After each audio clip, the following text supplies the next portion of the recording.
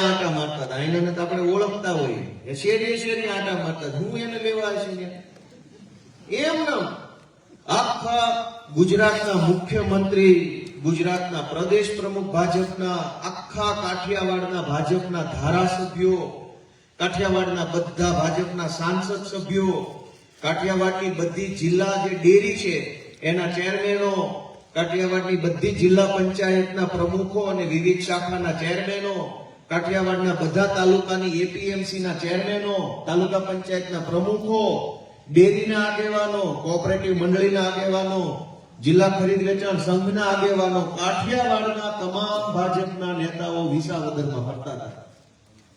હામાં ભટકાતા હતા, એટલી બજારોમાં એટલા ભાજપ વાળા હાટા મારતા. ગામ કરતા ક્યારેક ભાજપ વાળા વધી જતા, એટલા લોકો ગામડે ગામડે પ્રચાર કરતા હતા. એક જ મુદ્દાનો કાર્યક્રમ કરતા ગામમાં જઈ બધે કે આ ગોપાલ ઇટાલિયા ચૂંટણી જીતશે તો તમારું કામ નહીં થાય, કે સરકાર ભાજપની છે ને આ એકલો આવશે તો કામ નહીં થાય. 400-500 જેવા મોટા મોટા નેતાઓ ગામડે ગામડે સભાઓ, મીટિંગો, લોકોને ભોળવવાના, ડરાવવાના, ધમકાવવાના. અને ભાજપ વાળા અલગ, બુટલેગરો પાછા હામાં બીજા એટલા હતા, પાછા હામાં એટલા પોલીસ વાળા, બીજો સરકારી સ્ટાફ, જુનાગઢ જિલ્લા સહકારી બેંકના કર્મચારીઓ, આ બધા નોખા. લગભગ 2000 માણસો, જે હાઈ પ્રોફાઇલ માણસો કહેવાય, સામાન્ય માણસ નહીં. બેંકનો ચેરમેન હોય, બેંકની ડિરેક્ટરો હોય, એપીએમસી ના ડિરેક્ટર હોય, તાલુકાના હાઈ પ્રોફાઇલ માણસો, તાલુકા જિલ્લા પંચાયતના, આવા લગભગ 1000 માણસો ગામડે ગામડે પ્રચાર કરતા હતા ગોપાલ ઇટાલિયા જીતશે તો કામ નહીં થાય. થયું એવું કે હું જીતી ગયો અને પછી આખા ગુજરાતમાં હવે વિસાવદર વાળે થાય એમ કે તો ગમે ના કામ થવા માંડ્યું. ન્યા તો થાય જ છે, બધે થવા માંડ્યું. લોકોને એક બટન આપી દીધું વિસાવદર, આ બટન દાબો એટલે મળશે દોડવા બધી સિસ્ટમ. વિચાર કરો કે એમ કહેતા હતા કે ન્યા નહીં થાય એટલે ગમે ના થાય છે. એનો અર્થ એ નીકળે છે કે જો જનતા જાગે, જનતા સાચું બટન દબાવે, સક્ષમ અને લાયક માણસને નેતા બનાવે તો કામ તો ગમે એને કરવું પડે છે. એનો દાખલો સાબિત થયો છે. જે અધિકારીઓ વાત નહોતા સાંભળવા તૈયાર, એ સાંભળે છે અને પાછા વાત ઉપર અમલ કરવાની શરૂઆત કરી દીધી છે. એ પ્રતાપ કોનો છે? મારો નહીં. એ મારા કારણે નથી થતું. એ તો જનતા જાગી ગઈ, જાગીને સાચું બટન દબાવી દીધું એટલે બધા ખબર પડી કે જાગી ગયા છે, હવે બહુ આમાં આપણું લાંબી ભક્તિ નહીં. એટલે હું આજે તમને બધાને એક વિનંતી કરવા માટે આવ્યો છું. આપણે આજથી વિચારવાની શરૂઆત કરીએ કે વિસાવદર વાળા આવું કરીએ કે આપણે કેમ ન કરીએ.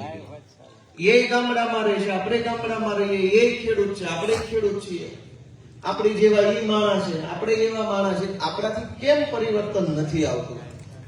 દર ચૂંટણીની અંદર ભાજપના માણસો ગમે એમ કરીને લોકોને ડરાવી, ધમકાવીને, લલચાવી, ફોસલાવીને, જ્ઞાતિના નામે બીજી ત્રીજી રીતે આપણને બધાને છેતરી જાય અને માણસ ગોળવાઈ જાય, બટન દબાવી દે, પાછળથી ખબર પડે કે આમાં તો કઈ ફાયદો થયો નહીં ખેડૂતોનો.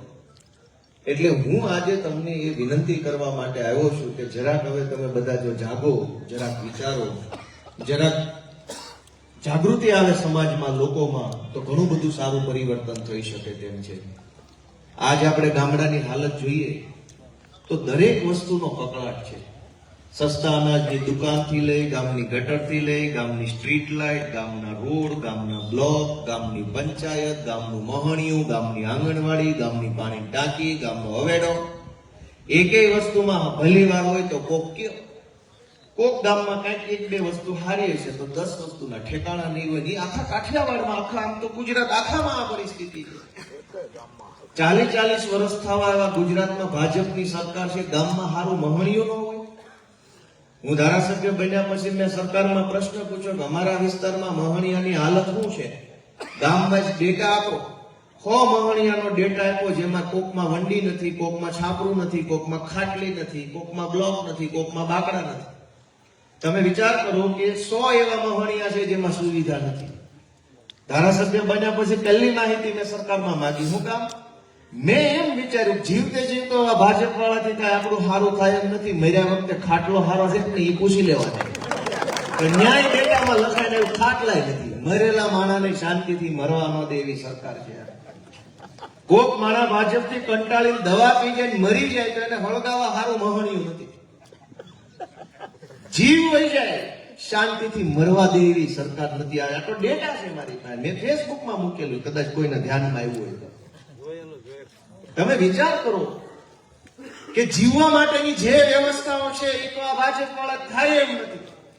મરવાનું ન થતું હોય તો હવે આપણે તો કંઈક વિચારવું પડશે ને કે હાલે કે ન હાલે. આપણે બધાએ કેટલું બધું સહન કરી રહ્યા છીએ, હું કામ આટલું સહન કરીએ છીએ?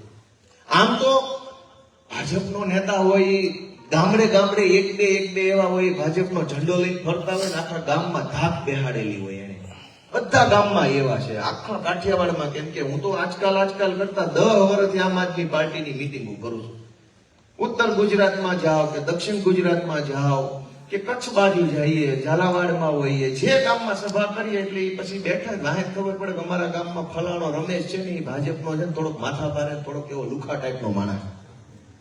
દરેક ગામમાં એક બે માણસો એને એવા ઉભા કર્યા છે ભાજપ વાળા, જે ગામને ડરાવે.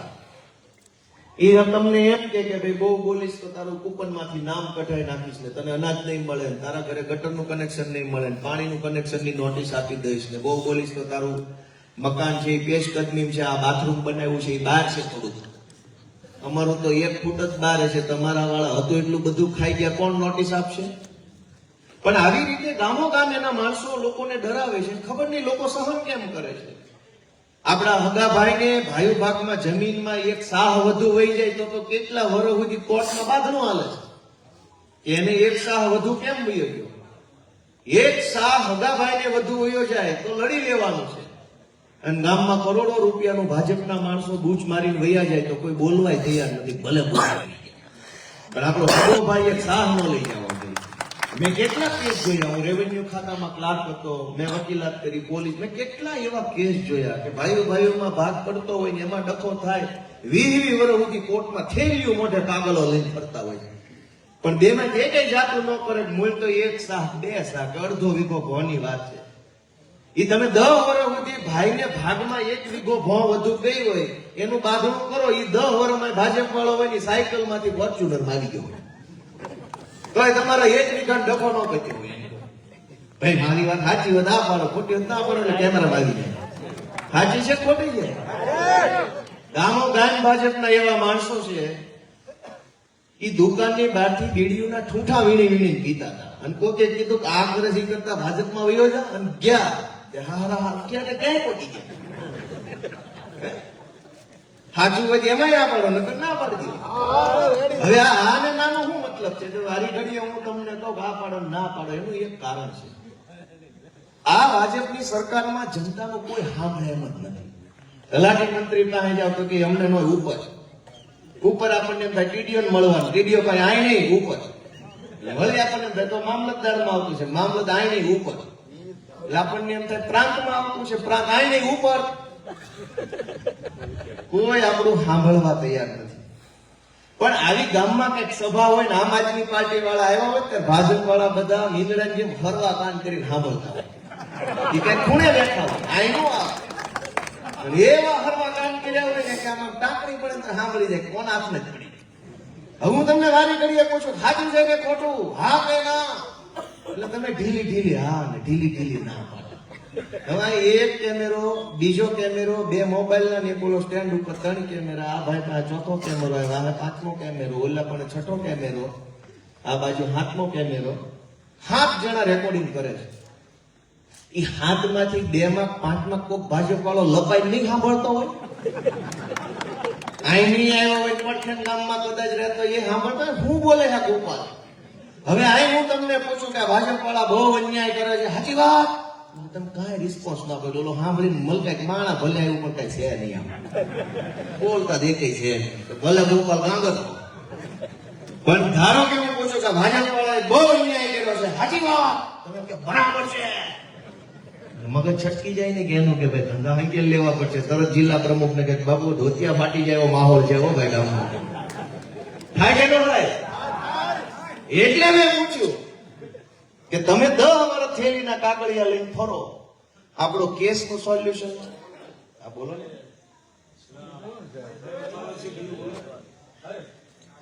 બોલો હા આમ ભાઈ બોલો હસનગરી કે કાંઈ વાંધો નથી ગુજરાત અમને ખબર જાય કેટલી ઉપાધિ છે કે બધું સલામત જ છે પણ એ તમારા કારણે નહીં ભગવાન ભરોસે હાલે આ બધું આમાં એ બધું ભાઈ અને એ તો મને ખબર ક્યાં ઉપાધિ મને થોડું કેવું પડે હું ક્યાં બાજુ એવી ઉપાધિ છે અંધારું થયા પછી હું એલાને કહું છું એ મારી વાત માનતો નથી વાત સાચી કે ખોટી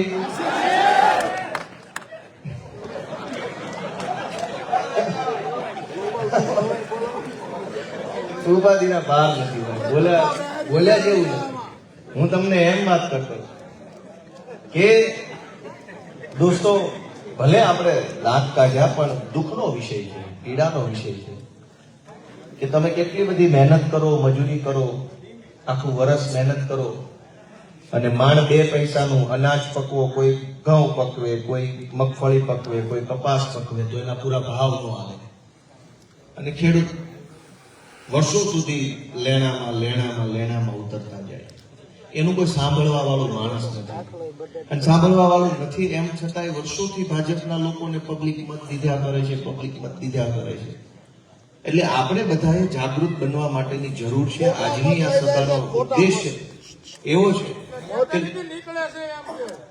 ફોટા લઈ જાય છે દેવી છે બીજે ગમે ને નીકળે ભાજપમાં એવું ન થાય ખોટી વાત છે એવું હોય તો વિસાવદર વાળા કેમ બીજે નો નીકળે મને દીધા મારા જ નીકળે આખા નહીં આ ભ્રમ કોંગ્રેસ વાળા ફેલાયો છે લોકોને બીવડાવી દીધા કે મશીનમાં કઈક ગડબડ ગોટાળો છે એટલે લોકો બીકના માર્યા અડધા મત દેવા જવાનું બંધ કરી દીધું ને અડધા કે આમથી આમ જ વહી જવાનું તું સીધો દઈ દઉં ઈ બીક કોને નાખી પબ્લિકના મનમાં કોંગ્રેસ પાર્ટીએ થોડ છોકરો હોય ભણવામાં કઈ ભલીવાર ન હોય પરીક્ષામાં નપાસ થાય એટલે છેલ્લે ગામમાં કુટુંબમાં કોક પૂછે બટા શું થયું શું પરિણામ આવ્યું 5% નપાસ એટલે એ એમ કે સાહેબ બહુ કડક આવી ગયા હતા બસ સાહેબ ગમે એ આવે તારે વાંચીને જવું પડે કે નહીં સાહેબ તો ઢીલો ન આવે કદાચ એમાં એટલે આ કોંગ્રેસ થોડ નિહાળ્યા જેવી પાર્ટી છે 12 માસ ભાજપારે સેટિંગ કરવાનું નાના મોટા 5-25 હજારના બ્લોક નાખવાનું ટેન્ડર મળી જાય ઘૂઘરા જેવા થઈ જાય વિરોધ કરવાનું બંધ કરી દે 25 હજારના ટેન્ડરમાં રાજી થઈ જાય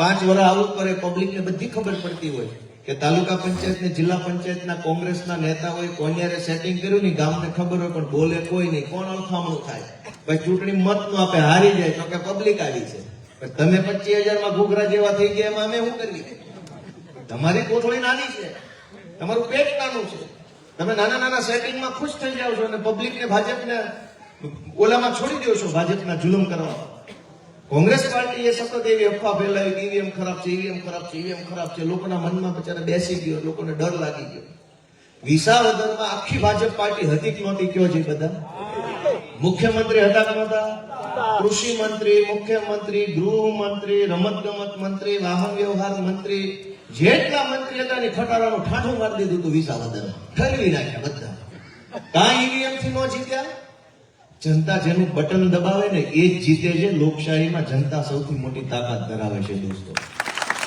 હું તમને એક સમજવા જેવી વાત કહું કે આપણને આવા અલગ મલકના હાચા ખોટા મુદ્દા લાવીને આપણી અસલી તાકાત ભૂલવાડી દેવાનું કામ ભાજપ અને કોંગ્રેસે બેય કર્યું એટલે બેયની દુકાન રામ ભરોસે હાલે હું જયારે 2015-16-17માં સરકારના વિરોધમાં નાના મોટા આંદોલનોમાં જોડાતો હતો અવાજ ઉઠાવીએ વિરોધ કરીએ રજૂઆત કરીએ મંત્રીને રજૂઆત કરીએ કલેક્ટરને કરીએ મામલતદારને કરીએ અને એમાં વિધાનસભામાં મારી ઉપર પ્રતિબંધ આવ્યો 2017ના માર્ચ મહિનામાં મારી ઉપર ગુજરાતની વિધાનસભામાં પ્રતિબંધ લાગ્યો કે ગોપાલ ઇટાલિયા ક્યારેય ગુજરાતની વિધાનસભામાં આવી શકશે નહીં વિધાનસભાના અધ્યક્ષે નિર્ણય કર્યો વિધાનસભાના અધ્યક્ષે એક પેનમાં 3 લીટી લખી હોય કે ગોપાલને નથી આવવા દેવાનો તો એ તાકાત સત્તા અને સત્તાની પેનની તાકાત છે એને લખી નાખ્યું હું ન જઈ શક્યો મેં એ બાજુ જોવાનું બંધ કરી દીધું કે અમારા બાપ દાદાએ વિધાનસભા નથી જોઈ ત્યાં આગળ મરી જાય છે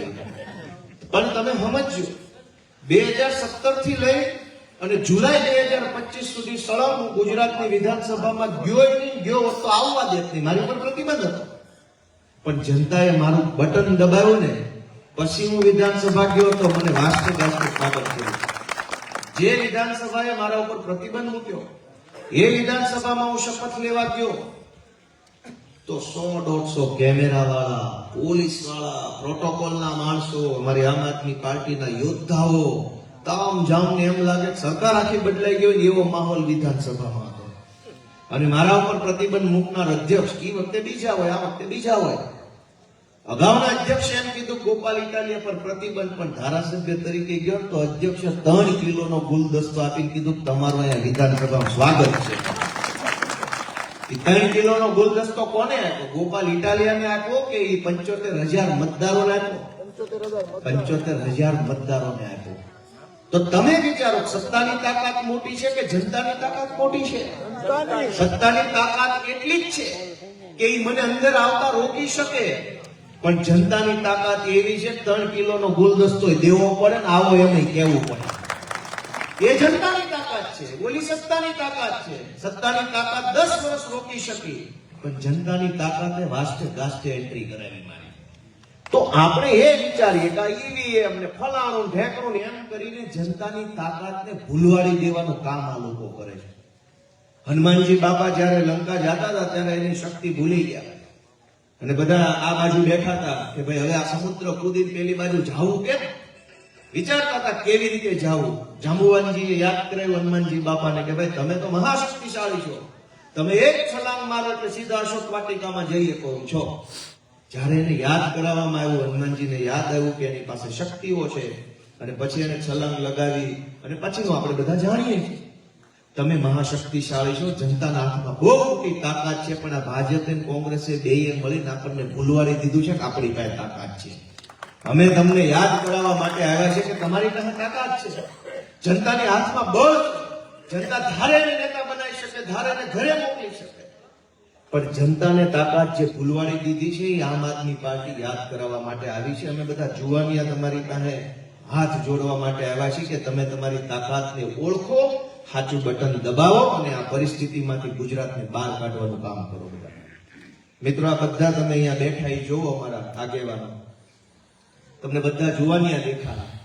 આ બ્રિજરાજભાઈ સોલંકી મારી જેવો લાગે રૂપાળા, એની મજા ને સારા લાગે, એની જોવાય ગમે.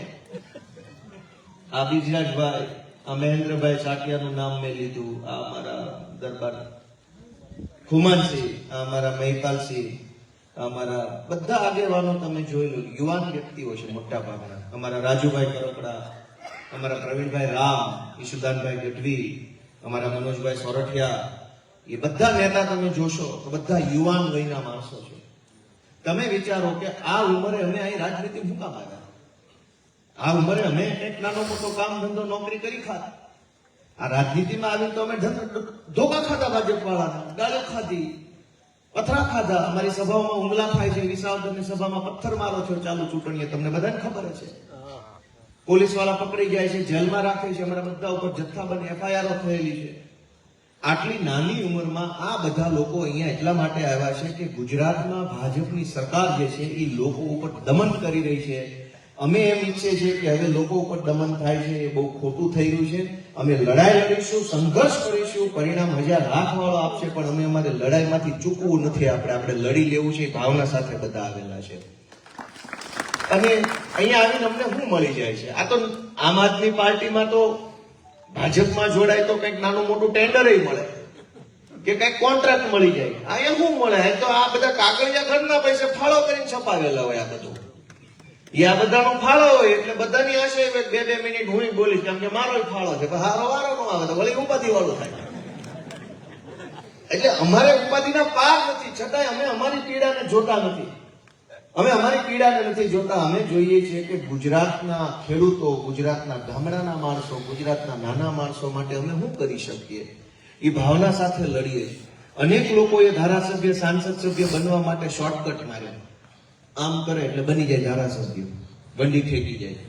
અમે વંડી નથી ઠેક્યા. હું 10 વર્ષથી જાહેર જીવનમાં છું. તમામ મુશ્કેલીઓ વેઠી લીધી, તમામ નબળો સમય જીરવી ગયા, ત્યારે આજે અમારો સારો સમય આવ્યો છે. ધારાસભ્ય બનવા માટે અમે પાર્ટી નથી બદલી, બાકી આમથી આમ માંજરાની જેમ એક ગલોટીઓ મારે એટલે ભાજપ વાળા ગપ લઈને ધારાસભ્ય બનાવી દે એક વખત પૂરતો. અમે એ ધંધો નથી કર્યો. તો તમે એટલા માટે અમે આશા રાખીએ છીએ કે અમે અમારી ક્ષમતા જનતા સમક્ષ મૂકી છે, અમારી આવડત જનતા સમક્ષ મૂકી છે, અમારી તાકાત જનતાની સામે મૂકી દીધી છે. અમારામાં સંયમ કેટલો છે, ધીરજ કેટલી છે, ધગશ કેટલી છે, મહેનત કરી લેવાની અમારી તૈયારી કેટલી છે, બધું અમે સામે મૂકી દીધું. એટલે માણું પાથરે એમ. હવે તમને એમ લાગે કે બધું બરાબર છે તો અમારું હાવણાનું બટન દબાવો, એવી મારી તમને વિનંતી કરવાની છે. આનાથી બીજું શું કહેવાનું? આ લડવૈયા માણસો છે, નિસ્વાર્થ ભાવે લડે. સ્વાર્થ હોય તો આમ આદમી પાર્ટીમાં રહેવાય નહીં ને. સ્વાર્થ હોય તો તરત ઓલી બાજુ જવું પડે. હોદ્દાનો, ગાડીઓનો, સત્તાનો, ખુશીનો, પાવરનો, એવો કોઈને અહીંયા સ્વાર્થ નથી. એટલે અમે અહીંયા બેઠા છીએ. અને એનાથી નિસ્વાર્થ માણસો જો લડતા હોય તો આપણે એમાં શું કરીને દઈ શકીએ? આવા નિસ્વાર્થ માણસો રાજુભાઈ કરપડા, ઈશુદાનભાઈ કેવી સારી નોકરી કરતા. ઈશુદાનભાઈ વીટીવીમાં એ સાંજે 2 કલાક બોલવાનો 7-8 લાખ રૂપિયા પગાર હતો એનો. કોણ 7-8 લાખ રૂપિયા પગાર અત્યારે ખાલી ભાષણ કરવાનો આપે? પણ આ બધા જ લોકો એટલા માટે અહીંયા ભેગા થઈને બધી જ્ઞાતિના લોકો છે અને બધા એક સારી ઉંમરના ભણેલા ગણેલા માણસો ભેગા થયા છે અને ગુજરાતની જનતાને હાથ જોડે છે કે તમે હવે જરાક અમારું બાવડું ચાલો તો અમે કંઈક ઉપર જઈને સારું કરી શકીએ ગુજરાતના લોકો. અને એટલા માટે મારી આપ સૌને વિનંતી છે કે ચૂંટણી તો હજુ ઘણી આઘી છે, પણ જનજાગૃતિ ફેલાય, લોકો જાગે, વિચારતા થાય, એ ખૂબ જરૂરી છે.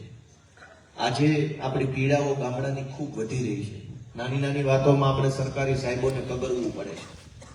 તલાટી મંત્રી જેવા તલાટી મંત્રીને ભાઈ સાહેબ બાપા કરવા હાથ જોડવા પડે ને એ સાહેબ કરવું પડે. આપણી તો કોઈ ઇજ્જત આબરૂ જ નથી આ સરકારના રાજમાં. મારી વાત સાચી કે ખોટી?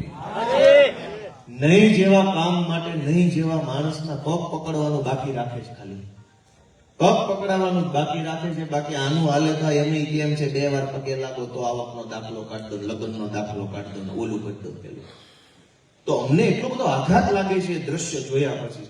હું પોતે હારી સરકારી નોકરી કરતો હતો. મને તો પોલીસ કોન્સ્ટેબલ બની ગયો તો 22 વર્ષનો હતો. તેથી હારા છોકરાને ક્યાં ફોર્મ ભરવાનું એ નહોતી ખબર. તેથી મેં 2009માં પોલીસનું ફોર્મ ભરી દીધેલું અને 2012માં પોલીસ બની ગયો. સારામાં સારી નોકરી અમદાવાદ સિટી મળી ગઈ, રાઇટર બની ગયો, અમદાવાદની ક્રાઇમ બ્રાન્ચમાં પોસ્ટિંગ મળી ગયું. મજા પડી ગઈ. કામ કઈ કરવાનું નહીં, દંડો પછાડવાનો, દે ઉસકા ભી ભલા ના દે ઉસકા દો દિયા. અને આનથી હારી નોકરી ને આનથી હારું જીવન શું હોય? પણ એ જોતો હતો કે હું ટીમ્બી જેવા નાના એવા ગામમાંથી નીકળીને અમદાવાદ જેવા મોટા શહેરમાં પહોંચ્યો ત્યારે મેં જોયું કે ઓહો આપણી યારે તો કેટલું ખોટું થઈ રહ્યું છે. આપણા ગામમાં તો કેવું છે અને ઓલું કેવું છે. પછી મને અંદરથી ઘણું બધું એમ થયું કે કંઈક કરવું પડે. આ તો ખોટું છે. બધાને ગામમાંથી નીકળીને પોલીસ બનવાની તક નહીં મળે તો શું કરવું પડે? મહેનત કરવી પડે, સંઘર્ષ કરવો પડે. અને મેં પોલીસની હારી સરકારી નોકરી મૂકી દીધી.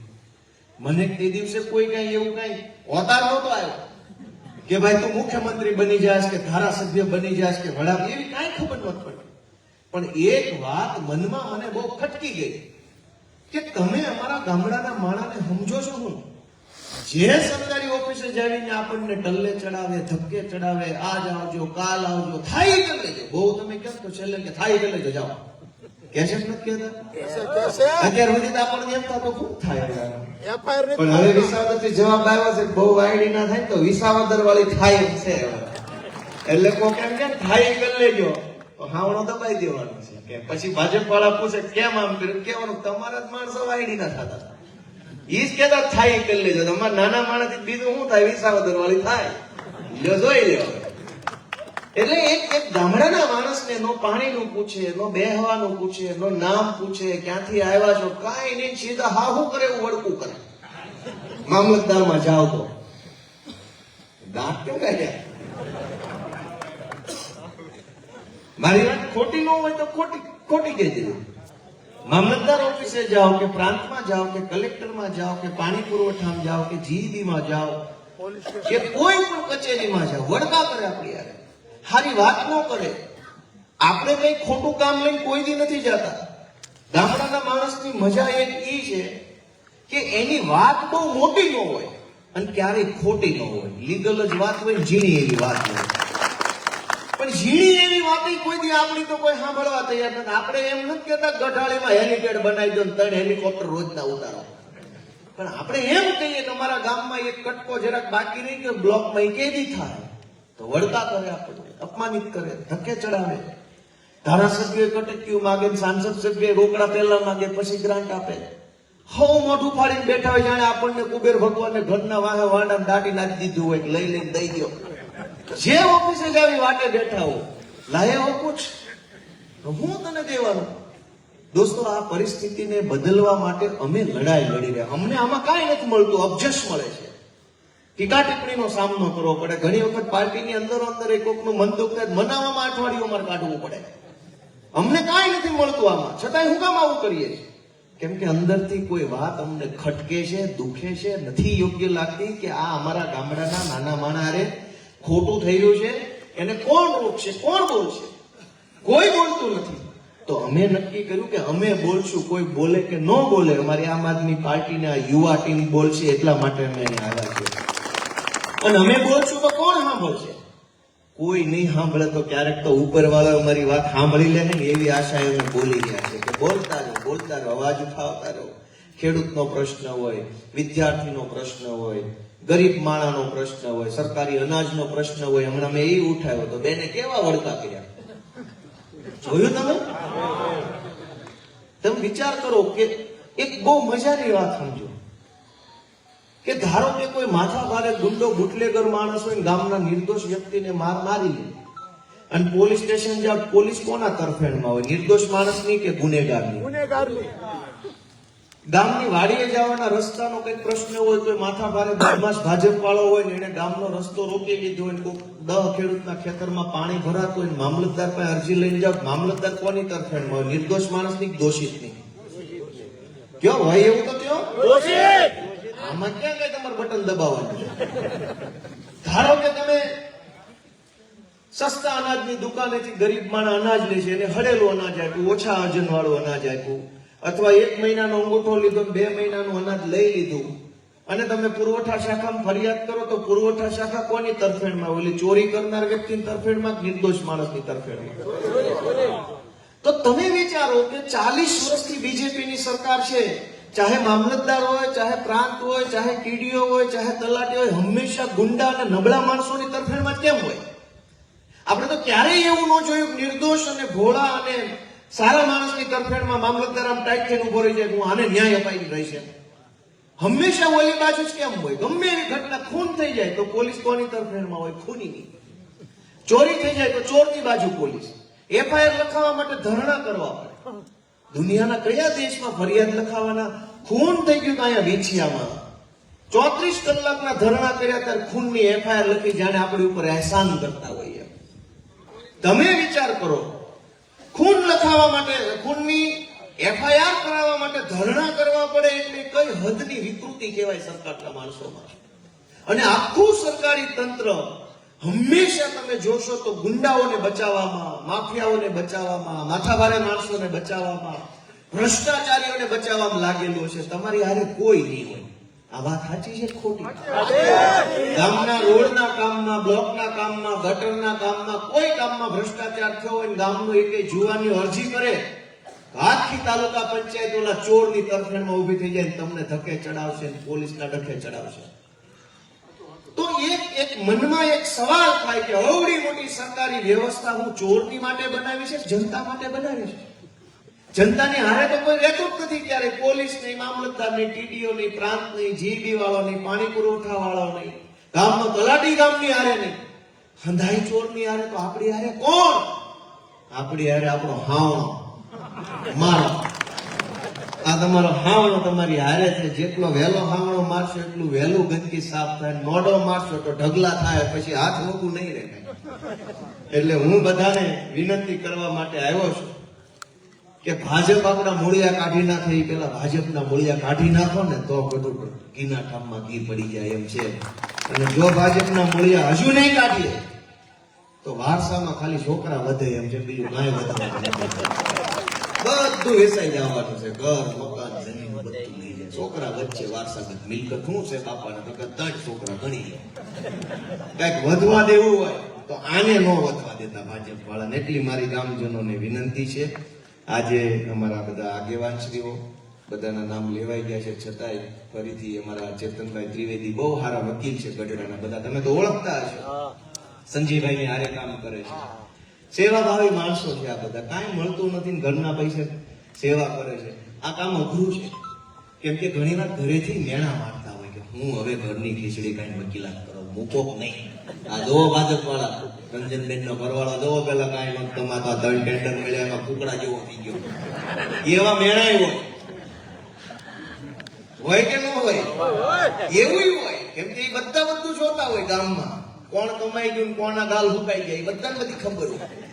તો અમારા ચેતનભાઈ ત્રિવેદી, અમારા કનુમામાં અમારા ગામથી, અમારા જોગરાણાભાઈ, તો અમારા આખા ગુજરાતમાં હોય. ગમે ને આમ આદમી પાર્ટી હોય એટલે એને હાજરા હાજર હોય. અમારે સમરે વકારો દેવા છે. અમારે રાજુભાઈ નો પરિચય મને છે નહીં, પણ રાજુભાઈ જાપડિયા અમારા આગેવાન છે. અને અમારા પબુભાઈ બોરીચા છે ગઢડાના. આ અમારા મહિપાલસિંહ ઝાલા છે ભાવનગરના, પ્રદેશના મંત્રી છે. ખૂબ સારું કામ બાપુ કરી રહ્યા છે. બહુ જૂના સમયથી અમારી હારે જોડાણેલા છે. ઓલું ગીત છે ને, કોઈ નહોતું તેથી મારી મોગલ હતી અમારી હારે, અમારી દુબળી દશા હતી તેથી અમારા 7-8 જણા, અમારી દુબળી દશા હતી તેથી આટલા જ હતા. આજ અમારી દશા હારી છે. આઈકોરે માણા વધ્યું ને આઈકોરે માણા વધ્યું, બે બાજુ વધ્યું. નકર તેથી આઈ બે હવાવાળા નહોતા, સામે તો કોઈ હતું જ નહીં. આઈકોરે નહોતું. અમારા બ્રિજરાજભાઈ સોલંકી યુવા આગેવાન બહુ સરસ કામ કરે છે. જબરજસ્ત તે કરાર માણસ છે. આમ ફૂલ લડાઈ ક્રાંતિકારી માણસ છે. રાજુભાઈના દીકરા બહુ સારું કામ કરી રહ્યા છે. નાના મોટા મુદ્દા ઉઠાવે છે, લોકોને જાગૃત કરે છે, નેતૃત્વ પૂરું પાડે છે. અમારા દીપકભાઈ પંડ્યા છે, ભાવનગર લોકસભાના ઇન્ચાર્જ છે, સુરતથી છે. અમારા નયુબા આપણા ગામના આગેવાન અમુક આપણા ગઢડાના, અમારા દરબારનું નામ કેમ ભૂલાય, ઘુમાન છે. એટલે અમારા સૌથી જૂના આગેવાન જ છે. અમારા પીકે મકવાણા સાહેબ આપણા જમાદાર ઉમરાળા પોલીસ સ્ટેશનના, ગઢડામાં નોકરી કરી તમે તો દસામાં, દસા આઉટપોસ્ટના જમાદાર છે. આપણા મહેન્દ્રભાઈ સાટિયા, બાકી આપણા મોરી સાહેબ છે, એ તો બહુ સારા કવિ છે, પાછા બહુ સારું લખે છે. બધાનો હું હૃદયપૂર્વક ખૂબ ખૂબ આભાર વ્યક્ત કરું છું. આપણા દરબાર ગઢડાવાળા બધાનો હૃદયપૂર્વક હું આભાર વ્યક્ત કરું છું અને આશા વ્યક્ત કરું છું કે આધેના માણસોએ ઓળખી લીધા છે. તમે જરાક અમારી ઉપર હાથ રાખજો. આઈનો બોલ્યા છે કે અમારું બાવડું ચાલતા તમે નહીં ચાલો. હે, હું તો આઈનો ટીંબલી જોયું છે ને, મારું ગામ ટીંબલી ખબર છે ને બધાને? પાછી ખબર છે કે નહીં? હું ટીંબલી નો છું. આગે વાળા જો અમારો હાથ ઝાલી લેતા, આ પડખે વાળામાં મારી આશા એટલી હોય